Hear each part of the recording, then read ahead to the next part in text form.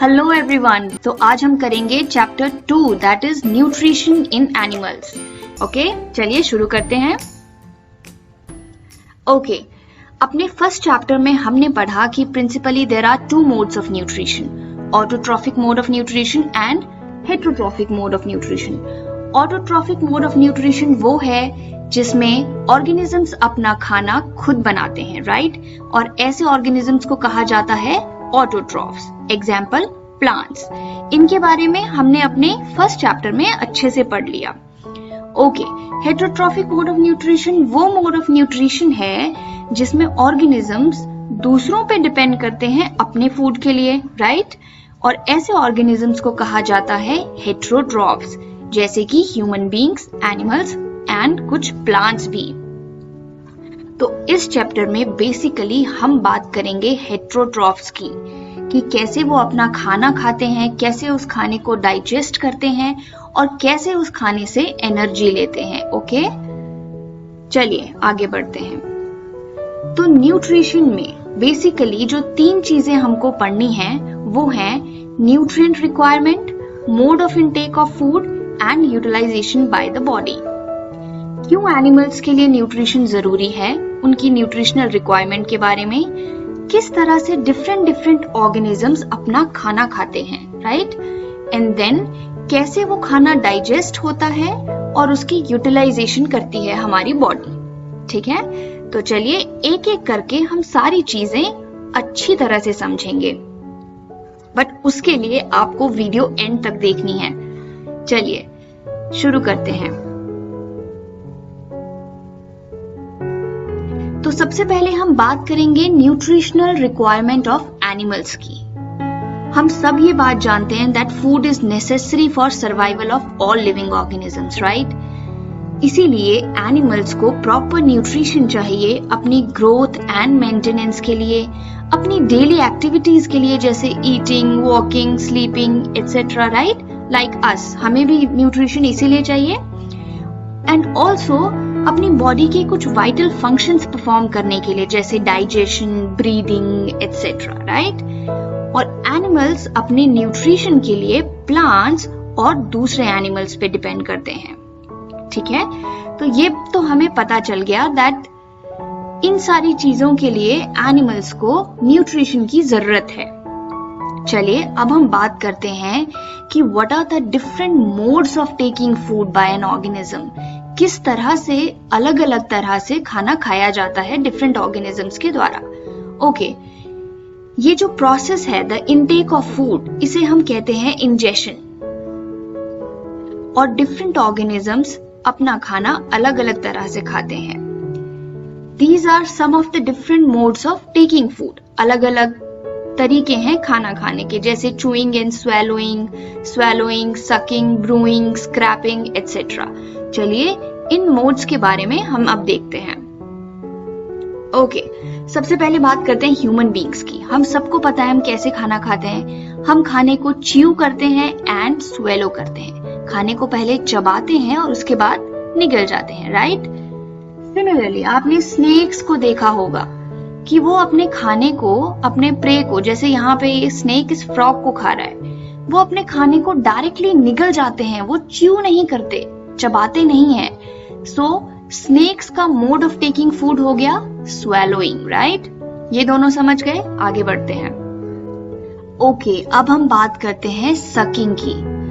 तो आपने देखा होगा छोटा बच्चा जब दूध पीता है तो वो दूध को सक करता है। उसके पास दांत नहीं होते कि वो खाने को च्यू करे और स्वॉलो कर जाए, वो सिर्फ मिल्क को सक करता है। ओके, सिमिलरली एनिमल्स के बच्चे भी ऐसा ही करते हैं, राइट? ये कैट देखिए यहाँ पे।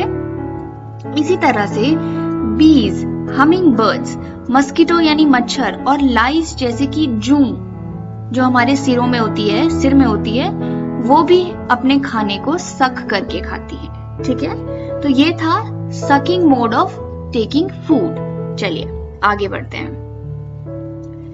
तो अब हम बात करते हैं स्क्रैपिंग की। एंड्स, चींटियां अपना खाना स्क्रैप करके खाती हैं। स्क्रैप करना इज लाइक जैसे आप अपने नेल से किसी चीज को स्क्रैच करते हैं, राइट? उस तरह से किसी चीज को स्क्रैच करना is like scraping the food, वो उस तरह से स्क्रैप करके अपना फूड खाती हैं। सिमिलरली अगर हम बात करें कुछ एक्वेटिक एनिमल्स की, तो वो अपने फूड पार्टिकल्स को पानी में से फिल्टर करके खा लेते हैं। पानी में से अपने फूड पार्टिकल्स को फिल्टर करेंगे और खा लेंगे। This is how they take their food. Okay, ये समझ गए?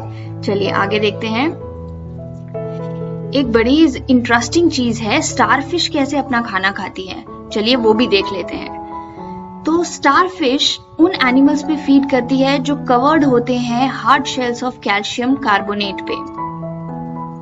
तो जब भी स्टारफिश अपना खाना देखती है तो वो अपने मुंह से अपने स्टमक को बाहर निकालती है और उस एनिमल को डाइजेस्ट कर लेती है और बाद में उसका स्टमक उसकी बॉडी में वापस चला जाता है। Isn't it interesting?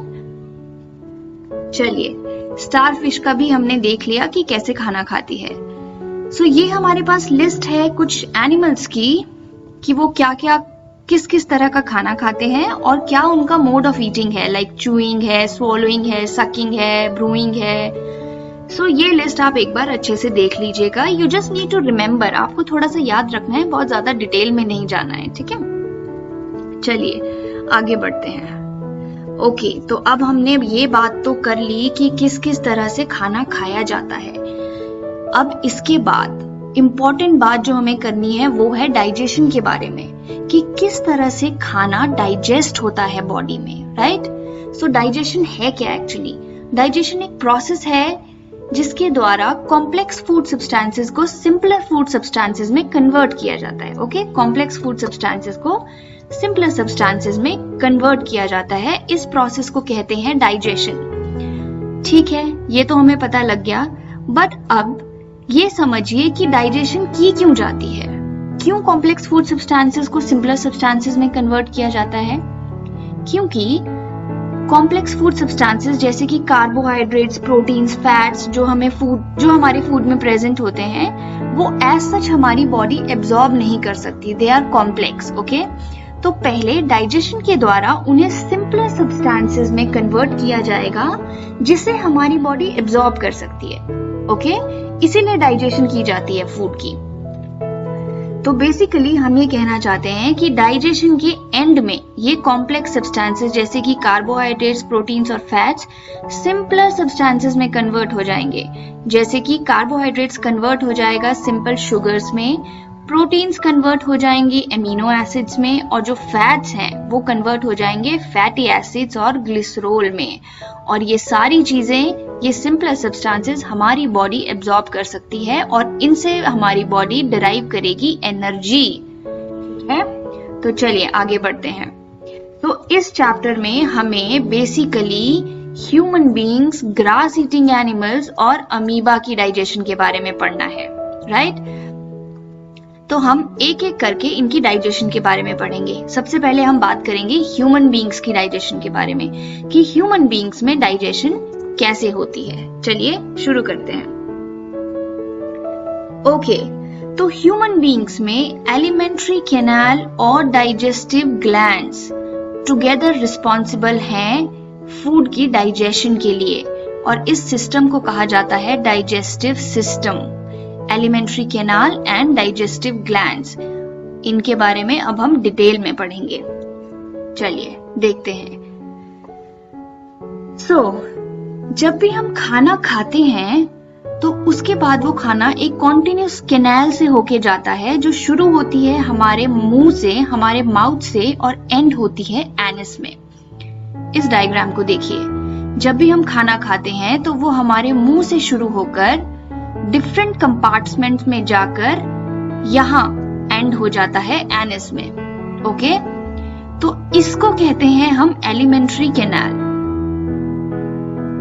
ओके, तो फूड कंपोनेंट्स ग्रेजुअली जैसे जैसे अलग अलग कंपार्टमेंट्स में जाते हैं वैसे डाइजेस्ट होते जाते हैं, ठीक है?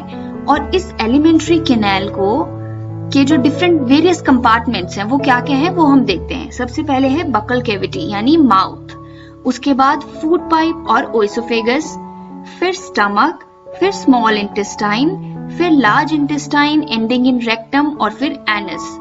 And these parts together form alimentary canal और डाइजेस्टिव ट्रैक्ट। हम ये कहना चाहते हैं कि फूड एलिमेंट्री कैनाल में इस तरह से अलग अलग कंपार्टमेंट्स में जाता है। पहले जाता है बकल कैविटी में, फिर फूड पाइप में, फिर स्टमक में, फिर स्मॉल इंटेस्टाइन में, उसके बाद लार्ज इंटेस्टाइन में एंड फाइनली एनस में। ठीक है, इसको ऐसे देखिए। तो हमने फूड खाया, उसके बाद हमारे माउथ से फूड जाएगा ओइसोफेगस में, right, this is oesophagus. Oesophagus के बाद फूड जाएगा स्टमक में, ये हमारा स्टमक है। यहां से देखिए, स्टमक के बाद फूड यहां से होते हुए जाएगा स्मॉल इंटेस्टाइन में, ये हमारी स्मॉल इंटेस्टाइन है। ठीक है, स्मॉल इंटेस्टाइन के बाद फूड जाएगा लार्ज इंटेस्टाइन में, यहां से लार्ज इंटेस्टाइन में, ये हमारी लार्ज इंटेस्टाइन है, ये ग्रीन कलर्ड। और लार्ज इंटेस्टाइन से एनस के थ्रू एंड में अनडाइजेस्टेड फूड बाहर आ जाएगा।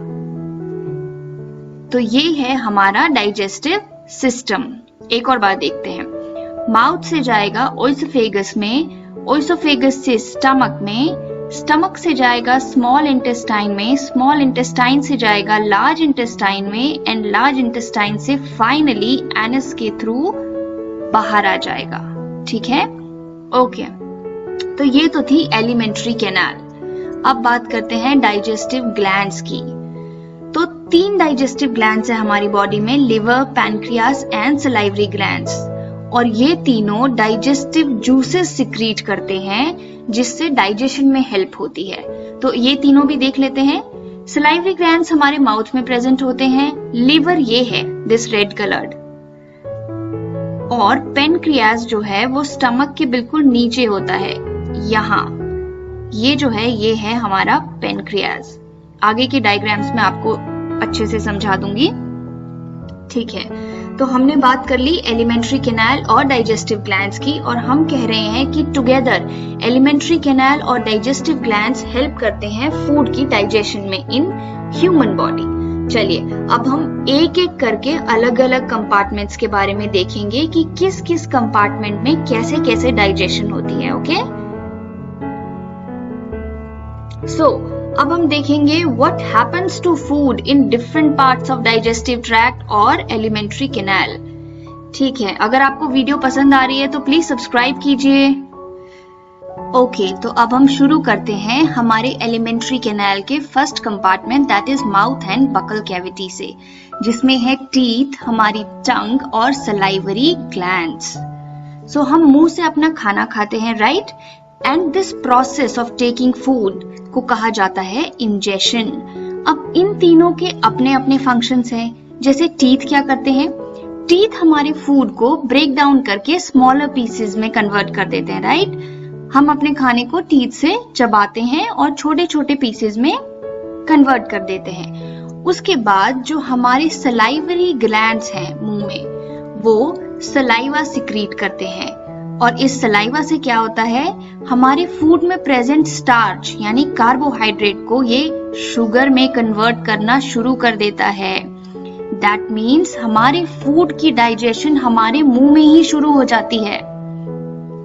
यहीं पर सलाइवा स्टार्च का ब्रेकडाउन शुरू कर देता है। इस चीज को प्रूव करने के लिए आपकी एनसीईआरटी में एक एक्सपेरिमेंट दिया गया है, जिसमें आपको 2 टेस्ट ट्यूब्स लेनी है। एक टेस्ट ट्यूब में आपको डालना है 1 teaspoon of boiled rice, right, और दूसरी टेस्ट ट्यूब में डालना है 1 टीस्पून ऑफ च्यूड राइस, जिसको आपने थोड़ा सा देर तक चबाया हुआ हो, उसको इस टेस्ट ट्यूब में डाल दीजिए। उसके बाद दोनों टेस्ट ट्यूब में 3 से 5 ml पानी डाल दीजिए, और उसके बाद 1 से 2 ड्रॉप आयोडीन सोल्यूशन की डालिए। रिमेम्बर, हमने क्लास 6 में पढ़ा था कि आयोडीन सोल्यूशन टेस्ट किया जाता है कार्बोहाइड्रेट यानी स्टार्च की प्रेजेंस को टेस्ट करने के लिए। तो जब आप अपने रिजल्ट देखेंगे तो ये टेस्ट ट्यूब जिसमें सिर्फ बॉइल्ड राइस था, उसमें ब्लू ब्लैक कलर शो हो जाएगा, यानी इसमें स्टार्च प्रेजेंट है, राइट। राइस में कार्बोहाइड्रेट होता है, हम सबको पता है। बट ये जो सेकेंड टेस्ट ट्यूब थी जिसमें आपने चावल को चबा कर डाला था, उसमें ब्लू ब्लैक कलर नहीं आएगा, no blue black colour formation iodine test से। इसका मतलब इसमें स्टार्च नहीं है। स्टार्च कहाँ गया? जब आपने चावल को चबाया, मुंह में रखा, तो आपके सलाइवा ने स्टार्च का ब्रेक डाउन कर दिया और स्टार्च जो है शुगर में कन्वर्ट हो गया। इसलिए चबाए हुए चावल में ब्लू ब्लैक कलर नहीं आया, राइट? सो इससे प्रूव होता है कि स्टार्च का ब्रेक डाउन मुंह में ही शुरू हो जाता है, जिसे करता है हमारा सलाइवा। ओके, अब देखते हैं हमारी टंग क्या करती है। सो टंग इस सलाइवा को फूड के साथ मिक्स करती है और हमें हेल्प करती है फूड को स्वॉलो करने में, फूड को निगलने में, ठीक है? तो ये तीनों चीजें हमने देख ली कि टीथ क्या करते हैं, टंग क्या करती है और सलाइवरी ग्लैंड्स क्या करते हैं। और हमें ये भी पता चल गया कि हमारा फूड जो है उसकी डाइजेशन मुंह में ही शुरू हो गई, स्टार्च की ब्रेकडाउन शुरू हो गई। तो अब जो ये पार्शियली डाइजेस्टेड फूड है, जो थोड़ा बहुत डाइजेस्ट हो चुका है, ये हमारे मुंह से जाएगा ओइसोफेगस में। ओके, सो अब हम पढ़ेंगे हमारे second compartment, that is food pipe और ओइसोफेगस के बारे में। सो जो हमारी फूड पाइप है वो नेक रीजन से स्टार्ट होती है एंड चेस्ट एरिया तक जाती है। ओके, और इस फूड पाइप के थ्रू ही हमारा फूड जो है वो डाउनवर्ड डायरेक्शन में मूव करके स्टमक तक पहुंचता है। ये हमारा स्टमक है, ये, ठीक है? So this partially digested food moves through the food pipe and reach the stomach. So food pipe का यही रोल है, वो खाने को मुंह से स्टमक तक ले जाती है। ओके, चलिए आगे देखते हैं। ओके, उससे पहले हमें एक चीज समझनी जरूरी है कि कई बार खाना खाते खाते खाना हमारे फंस जाता है और हमें हिचकी आती है, राइट? ये क्यों होता है, ऐसा देखते हैं। तो आप इस डायग्राम में देख सकते हैं कि ये है हमारी फूड पाइप और इसके बिल्कुल एडजेसेंट में है हमारी विंड पाइप, ये वाली, राइट? और इस विंड पाइप से एयर जो है वो हमारे नोज से लंग्स तक जाती है। ओके, एयर जो है वो लंग्स तक जाती है और ये फूड पाइप और विंड पाइप दोनों बिल्कुल एडजेसेंट है, बिल्कुल इकट्ठे हैं। तो बेसिकली जब हम खाना खाते हैं तो क्या होता है, एक फ्लैप लाइक वॉल्व होती है, ठीक है? एक ढक्कन तरह का समझ लीजिए। तो जब हम खाना खाते हैं तो वो इस विंड पाइप को क्लोज कर देता है ताकि खाना फूड पाइप में जाए और विंड पाइप में ना जाए, राइट? बट अगर आप खाना खाते खाते बात कर रहे हैं, हंस रहे हैं, तो कभी कभी गलती से हमारा खाना फूड पाइप की जगह विंड पाइप में चला जाता है, जिससे एक्चुअली में हमारी एयर जाती है लंग्स तक। इसी वजह से आपको चोक्ड फील होता है, आपको हिचकी आती है, खांसी आती है और खाना आपके गले में फंस जाता है, ठीक है? हिकअप्स मतलब हिचकी। ओके, तो इसीलिए कहा जाता है कि खाना खाते खाते कभी बात नहीं करनी चाहिए। चलिए, तो अब हमने ये तो देख लिया कि हमारा खाना ओइसोफेगस से स्टमक तक पहुंचता है, ठीक है? तो अब हम देखते हैं कि स्टमक में हमारे खाने के साथ क्या होता है और कैसे स्टमक में डाइजेशन होती है, ठीक है? तो जो स्टमक है यानी हमारा पेट, वो हमारी एलिमेंट्री कैनाल का वाइडेस्ट पार्ट है। वाइडेस्ट मतलब चौड़ा। ओके, तो स्टमक जो है, स्टमक को खाना मिलता है फूड पाइप से या ओइसोफेगस से, हमने पढ़ा। और स्टमक का दूसरा एंड कनेक्टेड होता है स्मॉल इंटेस्टाइन को, ठीक है? ये है फूड पाइप, यहां से खाना आएगा स्टमक में और स्टमक से जाएगा स्मॉल इंटेस्टाइन में। तो स्टमक की इनर लाइनिंग प्रोड्यूस करती है तीन चीजें, mucus, hydrochloric acid and digestive juices. अब देखते हैं ये तीनों क्या करते हैं। सो म्यूकस जो है वो प्रोटेक्ट करता है स्टमक की लाइनिंग को, ओके? और हाइड्रोक्लोरिक एसिड जो है वो बैक्टीरिया को किल करता है, जो हमारे फूड के साथ हमारे फूड के साथ हमारे पेट में आ गया होता है, उस बैक्टीरिया को हाइड्रोक्लोरिक एसिड किल करता है। ऑल्सो हाइड्रोक्लोरिक एसिड हमारे स्टमक के मीडियम को एसिडिक बनाता है, जिससे डाइजेस्टिव जूसेस को हेल्प होती है हमारा फूड डाइजेस्ट करने में। तो ये फंक्शन है हाइड्रोक्लोरिक एसिड का, क्या कि वो बैक्टीरिया को किल करता है, ऑल्सो स्टमक के मीडियम को एसिडिक बनाता है, जिससे डाइजेस्टिव जूसेस अच्छी तरह एक्ट कर सकते हैं और फूड को डाइजेस्ट कर सकते हैं। तीसरा, डाइजेस्टिव जूसेस का क्या रोल है? डाइजेस्टिव जूसेस प्रोटीन्स का ब्रेक डाउन करती हैं into simpler substances. That means हमने पढ़ा कि स्टार्च यानी कार्बोहाइड्रेट्स का ब्रेक डाउन कहाँ हो गया था? हमारे माउथ में ही शुरू हो गया था, बट प्रोटीन का ब्रेक डाउन जो है वो हमारे स्टमक में शुरू होता है, ठीक है, जो डाइजेस्टिव जूसेस करते हैं। ओके, सो इसके बाद आपकी बुक में ये एक स्टोरी भी दी है कि कैसे हमारा स्टमक डिस्कवर हुआ था। एक बार क्विकली इसको देख लेते हैं। सो 1822 में एक आदमी था जिसका नाम था एलेक्सिस सेंट मार्टिन, जिसे गोली लग गई थी और उसकी वजह से उसके स्टमक में एक होल हो गया था, ठीक है। So he was brought to a doctor जिसका नाम था विलियम ब्यूमॉन्ट। सो उस डॉक्टर ने उस पेशेंट को तो बचा लिया, पर वो जो होल था उसके स्टमक में वो ठीक नहीं हुआ, तो उसने उसको सिंपली बैंडेज कर दिया। और ये वो अपॉर्चुनिटी थी जब वो पहली बार स्टमक के अंदर देख पाया कि स्टमक में किस तरह से फूड की चर्निंग होती है, किस तरह से फूड डाइजेस्ट होता है, कैसे डाइजेस्टिव जूसेस सिक्रीट होते हैं एंड ऑल दैट, ठीक है। सो ये थी story of discovery of your stomach. चलिए आगे बढ़ते हैं। तो हमें पता चल गया कि फूड माउथ से ओइसोफेगस में स्टमक में आ गया। अब स्टमक के बाद हमें पता है फूड जाएगा हमारी स्मॉल इंटेस्टाइन में, राइट। तो चलिए अब पढ़ते हैं स्मॉल इंटेस्टाइन के बारे में।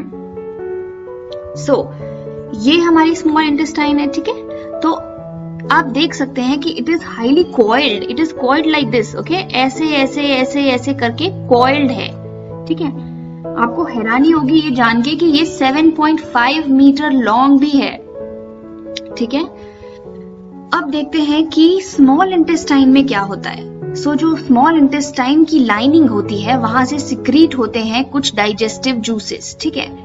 ऑल्सो लीवर और पैनक्रियाज, रिमेंबर हमने पढ़ा था कि ये हमारे डाइजेस्टिव ग्लैंड्स हैं, liver, pancreas and salivary glands. So liver और पैनक्रियाज में भी डाइजेस्टिव जूसेस सिक्रीट होते हैं और स्मॉल इंटेस्टाइन में रिलीज होते हैं, ठीक है। तो इन डाइजेस्टिव जूसेस की मदद से जो स्मॉल इंटेस्टाइन खुद प्रोड्यूस करती है और जो लिवर और पैनक्रियाज से उसे मिलते हैं, इनकी मदद से स्मॉल इंटेस्टाइन में हमारे फूड का कंप्लीट डाइजेशन हो जाता है, यानी स्मॉल इंटेस्टाइन में आके फूड कंप्लीटली डाइजेस्ट हो जाता है, ठीक है। यहाँ पर कार्बोहाइड्रेट्स ग्लूकोज में, फैट्स फैटी एसिड्स में और प्रोटीन्स एमिनो एसिड्स में कन्वर्ट हो जाते हैं। So complete digestion of food कहाँ होता है? स्मॉल इंटेस्टाइन में, ठीक है। तो हमने बात की कि लिवर और पेनक्रियाज से हमारे डाइजेस्टिव जूसेस सिक्रीट होते हैं और स्मॉल इंटेस्टाइन में रिलीज होते हैं, राइट। तो थोड़ा थोड़ा लिवर और पेनक्रियाज के बारे में भी देख लेते हैं। सो लिवर एक रेडिश ब्राउन ग्लैंड है और ये लार्जेस्ट ग्लैंड है हमारी बॉडी का। इस फोटो में देखिए, ये रेडिश ब्राउन ग्लैंड जो आपको दिख रहा है ये लिवर है और आप देख सकते हैं ये हमारी बॉडी का लार्जेस्ट ग्लैंड है, ठीक है। तो लिवर में क्या होता है, यहाँ सिक्रीट होता है बाइल जूस, ठीक है। और ये बाइल जूस जो है स्टोर होता है हमारे गॉल ब्लैडर में। यहाँ देखिए गॉल ब्लैडर, ये ग्रीन कलर का गॉल ब्लैडर, ठीक है। सो लिवर में सिक्रीट हुआ बाइल जूस, ये जूस स्टोर होगा हमारे गॉल ब्लैडर में। और ये जो बाइल जूस है ये इंपॉर्टेंट रोल प्ले करता है किसमें?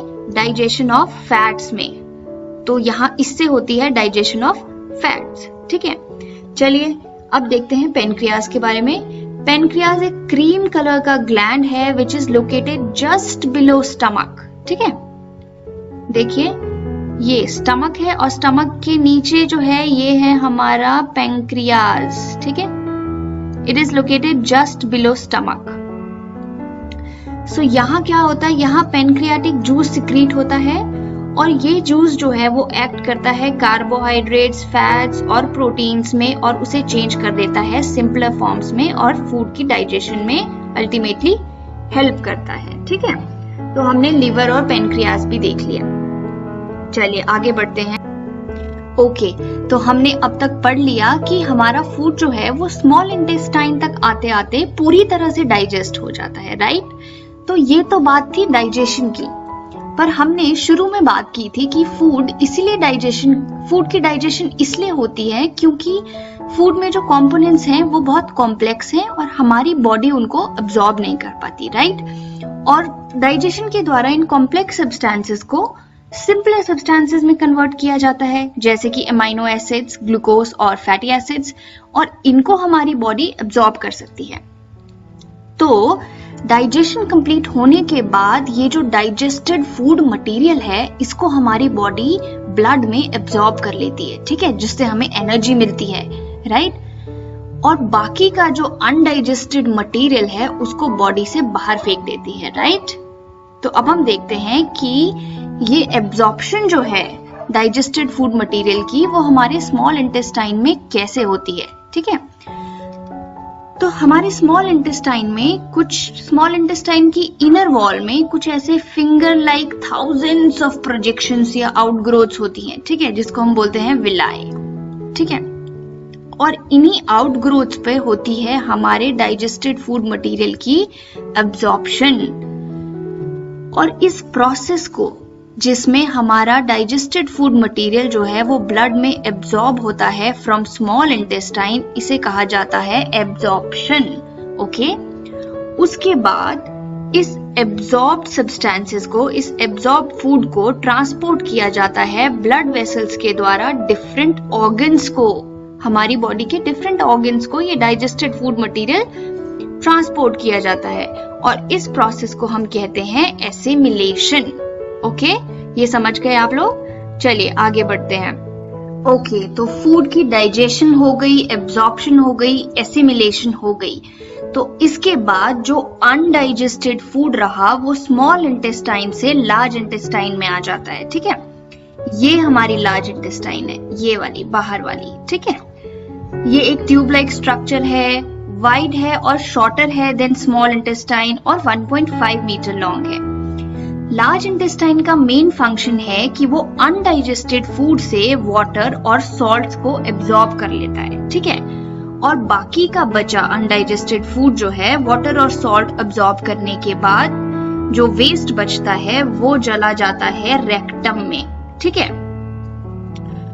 और यहीं पर वो अनडाइजेस्टेड फूड रहता है जब तक कि वो एनस के द्वारा एलिमिनेट नहीं किया गया बॉडी से, ठीक है? तो rectum holds the undigested food until elimination. चलिए आगे देखते हैं। ओके, सो हम सबको पता है कि faecal matter is remove from the anus from time to time, ठीक है?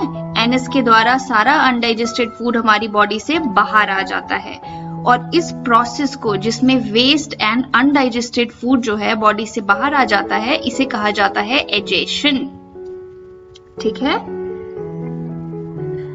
तो ये हमने पढ़ लिया ह्यूमन डाइजेस्टिव सिस्टम के बारे में कंप्लीटली, कि कैसे हमारा फूड जो है हम खाते हैं, मुंह में ही हमारे सलाइवरी ग्लैंड्स के द्वारा जो सलाइवा सिक्रीट होता है उससे स्टार्च का ब्रेकडाउन शुरू हो जाता है। उसके बाद हमारा फूड ओइसोफेगस से होते हुए जाता है हमारे स्टमक में। स्टमक के बाद हमारा फूड जाता है स्मॉल इंटेस्टाइन में, जहां पे सारे डाइजेस्टिव जूसेस मिलकर कंप्लीट डाइजेशन कर देते हैं फूड की। यहीं पे फूड की एब्जॉर्प्शन भी हो जाती है। उसके बाद स्मॉल इंटेस्टाइन से अनडाइजेस्टेड फूड जो है वो चला जाता है लार्ज इंटेस्टाइन में, जहां से वाटर और सॉल्ट एब्जॉर्ब हो जाते हैं, और फाइनली एनस के द्वारा अनडाइजेस्टेड फूड मटेरियल जो है वो बॉडी से बाहर आ जाता है। तो इसके साथ हमने कंप्लीट कर लिया हमारा ह्यूमन डाइजेस्टिव सिस्टम। ओके, तो अब हम कह सकते हैं कि 5 main steps of nutrition in human beings are. सबसे पहले क्या होगी? इंजेशन, खाना खाया जाएगा। उसके बाद क्या होगी? डाइजेशन, उसे डाइजेस्ट किया जाएगा। उसके बाद डाइजेस्टेड फूड मटेरियल की होगी एब्जॉर्प्शन। एब्जॉर्प्शन के बाद होगी एसिमिलेशन, डाइजेस्टेड फूड मटेरियल को different organs of the body में ट्रांसपोर्ट किया जाएगा। और लास्ट में हो जाएगी एजेशन, यानी अनडाइजेस्टेड फूड मटेरियल जो है वो बॉडी से बाहर आ जाएगा, ठीक है? हमने पढ़ लिया डाइजेशन इन ह्यूमन बीइंग्स, ठीक है? इसके बाद अब हमें पढ़ना है डाइजेशन इन ग्रास ईटिंग एनिमल्स और उसके बाद हमें देखना है डाइजेशन इन अमीबा। चलिए इनको भी देख लेते हैं। ओके, आपने नोटिस किया होगा कि काऊ, बफेलो और कुछ ग्रास ईटिंग एनिमल्स जो हैं वो कॉन्टिन्यूसली कुछ चबाते रहते हैं even when they are not eating. जब वो खाना नहीं भी खा रहे हैं तो भी वो चबाते रहते हैं। क्या आपने कभी ये देखा है? एक्चुअली होता क्या है कि जब वो ग्रास को खाते हैं तो दे क्विकली स्वेलो इट। वो इस ग्रास को खाते हैं और इसको डायरेक्टली स्वेलो कर लेते हैं और उसके बाद ये चला जाता है, चबाते नहीं है, सिर्फ स्वेलो करके ये चला जाता है उनके स्टमक के इस कंपार्टमेंट में जिसे कहा जाता है र्यूमेन। ओके, और यहाँ स्टोर हो जाता है। ऐसा क्यों होता है ये भी मैं आपको बताती हूँ। एक्चुअली ग्रास जो होती है it is rich in cellulose which is a type of carbohydrate, और बहुत सारे एनिमल्स इंक्लूडिंग ह्यूमंस इस सेल्यूलोज को डाइजेस्ट नहीं कर सकते। ठीक है, इसीलिए सारे एनिमल्स घास भी नहीं खाते क्योंकि घास में जो सेल्यूलोज है उसे वो डाइजेस्ट नहीं कर सकते। ओके, तो ये जो सेल्यूलोज होता है घास में वो इस र्यूमेन में डाइजेस्ट होता है by the action of a certain bacteria. ठीक है, and this bacteria is not present in humans, इसीलिए हम जो है सेल्यूलोज को डाइजेस्ट नहीं कर सकते। तो हमने समझा कि ये लोग डायरेक्टली घास को स्वॉलो करके इस कंपार्टमेंट में स्टोर कर देते हैं जिसे कहा जाता है र्यूमेन, और र्यूमेन में होती है सेल्यूलोज की डाइजेशन। आगे देखते हैं उसके बाद क्या होता है। उसके बाद सेल्यूलोज की डाइजेशन के बाद ये जो पार्शियली डाइजेस्टेड फूड होता है इसे कहा जाता है कड। ठीक है, और ये कड वापस से इनके मुंह में वापस आता है। The cud returns to the mouth in small lumps and animal chews it. तो ये कट वापस से इनके मुंह में आता है और या फिर एनिमल अब उसको दोबारा से च्यू करते हैं। नॉट दोबारा, पहली बार ही च्यू करते हैं, पहली बार तो डायरेक्टली स्वॉलो कर लेते हैं। ठीक है, तो ये कट जब वापस से आएगा तो फिर उसके बाद ये इसको थॉरोली च्यू करते हैं और उसके बाद इसको फिर से स्वॉलो करते हैं। ठीक है, और इस प्रोसेस को कहा जाता है र्यूमिनेशन और इन एनिमल्स को कहा जाता है र्यूमिनेंट्स। ठीक है, और जब वो दोबारा उसको उस कड को थॉरोली च्यू करके स्वॉलो करते हैं तो इस बार दोबारा वो र्यूमेन में नहीं जाता, अलग कंपार्टमेंट्स में जाता है जहां उसकी फूड की कंप्लीट डाइजेशन हो जाती है। ठीक है, so I hope you understood it. So I hope आपको ये अच्छी तरह से समझ आ गया होगा कि कैसे घास जो है सबसे पहले animals, grass eating animals directly swallow करके र्यूमेन्स में पहुंचा देंगे, ह्यूमन कंपार्टमेंट में पहुंचा देंगे। यहाँ सेल्यूलोज डाइजेस्ट होगा, ये पार्शियली डाइजेस्टेड फूड दोबारा से कड जिसको हम कहते हैं बनकर वापस आएगा, मुंह में ये इसको चबाएंगे और उसके बाद दोबारा स्वॉलो करके वापस से स्टमक के दूसरे कंपार्टमेंट्स में भेजेंगे डाइजेस्ट होने के लिए। ठीक है, चलिए आगे बढ़ते हैं। तो ये हमारा खत्म हो गया डाइजेशन इन ग्रास ईटिंग एनिमल्स। अब हम बात करेंगे feeding and digestion in amoeba. Okay, amoeba क्या है पहले ये देखते हैं। अमीबा एक माइक्रोस्कोपिक सिंगल सेल्ड ऑर्गेनिज्म है। ये अमीबा का डायग्राम है। अमीबा जो है हमें पॉन्ड वाटर में मिलता है। इसमें एक सेल मेम्ब्रेन है, न्यूक्लियस है और बहुत सारे वैक्यूल्स हैं। ऐसे आप देख सकते हैं, ये अमीबा का सेल है। ठीक है, बहुत सारे वैक्यूल्स हैं। अमीबा की जो शेप है वो कॉन्स्टेंटली चेंज होती रहती है, शेप एंड पोजीशन, उसकी कोई फिक्स्ड शेप नहीं होती। ठीक है, और अमीबा की बॉडी पे ऐसे फिंगर लाइक प्रोजेक्शंस होते हैं, ऐसे ऐसे प्रोजेक्शंस होते हैं। ठीक है, जिसको हम कहते हैं सूडोपोडिया और फॉल्स फीट। तो ये जो इसकी प्रोजेक्शंस हैं ऐसे फॉल्स फीट और सूडोपोडिया, ये हेल्प करते हैं अमीबा को उसकी मूवमेंट में और ऑल्सो फूड को कैप्चर करने के लिए। ठीक है, और अमीबा जो है छोटे छोटे माइक्रोस्कोपिक ऑर्गेनिजम्स पे फीड करता है। तो ये तो हमने अमीबा के बारे में जान लिया। अब बात करते हैं कि अमीबा जो है फूड को डाइजेस्ट कैसे करता है।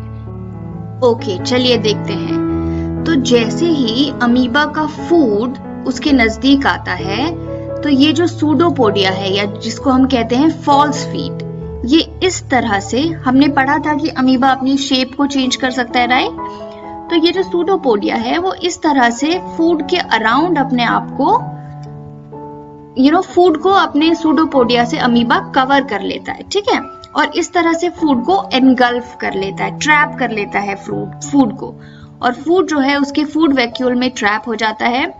उसके बाद उसकी बॉडी में डाइजेस्टिव जूसेस उस फूड पे एक्ट करते हैं, उस फूड का ब्रेक डाउन करते हैं सिंपलर सब्सटेंसेस में, फिर डाइजेस्टेड फूड को एब्जॉर्ब किया जाता है बॉडी में, which is required for growth, maintenance and multiplication. और जो अनडाइजेस्टेड रेजिड्यू बचता है, ये देखिए यहाँ से उसने अनडाइजेस्टेड रेजिड्यू को बॉडी से बाहर निकाल दिया, ठीक है। This was easy. ऐसे सूडोपोडिया को ग्रो करके पहले तो अपने फूड को कैप्चर करेगा, उसे ट्रैप कर लेगा, फिर फूड की डाइजेशन होगी और पोस्ट डाइजेशन जो है अनडाइजेस्टेड मटेरियल जो है वो बाहर आ जाएगा, ठीक है। तो इसके साथ हमने कवर कर लिया digestion in human beings, grass eating animals and amoeba. तो इसके बाद एक छोटा सा टॉपिक है जो आपकी बुक में और दिया है, क्विकली हम इसको भी कवर अप कर लेते हैं, ह्यूमन टीथ के बारे में। तो आप सबको पता है कि 2 तरह के ह्यूमन टीथ होते हैं, एक मिल्क टीथ एंड एक परमानेंट टीथ। सो जो छोटे बच्चों के टीथ आते हैं बचपन में, जो 6 से 8 साल की उम्र में गिर जाते हैं, दूध के दांत जिन्हें हम कहते हैं, ठीक है, वो है मिल्क टीथ। उसके बाद जो टीथ आते हैं उनके गिरने के बाद उन्हें कहा जाता है परमानेंट टीथ। परमानेंट इसलिए क्योंकि उसके बाद वही टीथ हमारे लाइफ टाइम तक रहते हैं, एक्सेप्ट जब ओल्ड एज आ जाती है या कोई डेंटल डिजीज हो जाती है तो वो गिर जाते हैं, ठीक है। उसके बाद ये भी बताया गया है बुक में कि आपकी जो टीथ है उनकी अरेंजमेंट कुछ इस प्रकार की होती है। ये आपका एक जॉ है, लोअर जॉ, तो जो आगे के 4 दांत हैं, नीचे भी और ऊपर भी, उन्हें कहा जाता है इंसीजर, ठीक है।